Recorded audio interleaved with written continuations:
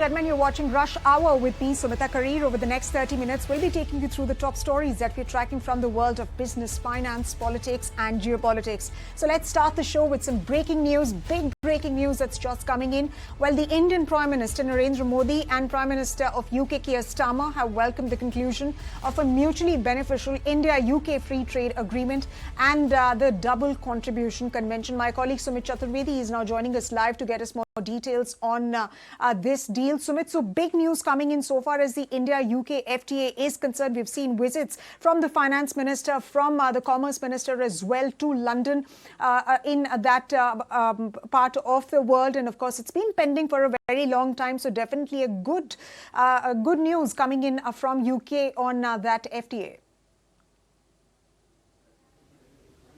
Well, it's a big news coming in as far as the FTA between India and UK is concerned. PM Modi said that finally there's a conclusion of the talks between India and UK regarding this, and also on double contribution convention agreement. So yes, now the FTA is finally seeing the light of the day. Well, certain details are there that India is going to lock in reduction on 90% of tariff lines.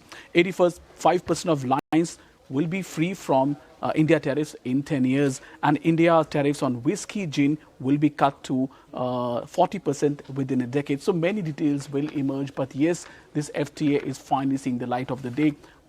As a result of this, for India, what will be cheaper? Luxury cars like Jaguar Land Rover, because they have a plant there. Whiskey, gin, which UK has been pushing from its side, and many products from UK's side. From India, what will be easier to UK will be, first of all, some goods like leather products or certain products that are made in India and exported to UK, like diamond. Also in the access of Indians to professionals, in fact, to UK will be easier. That was one earliest one of the point of discussions that was being negotiated, on which they arrived at a conclusion. So many things from India to UK over the period of time will be cheaper and easier accessible.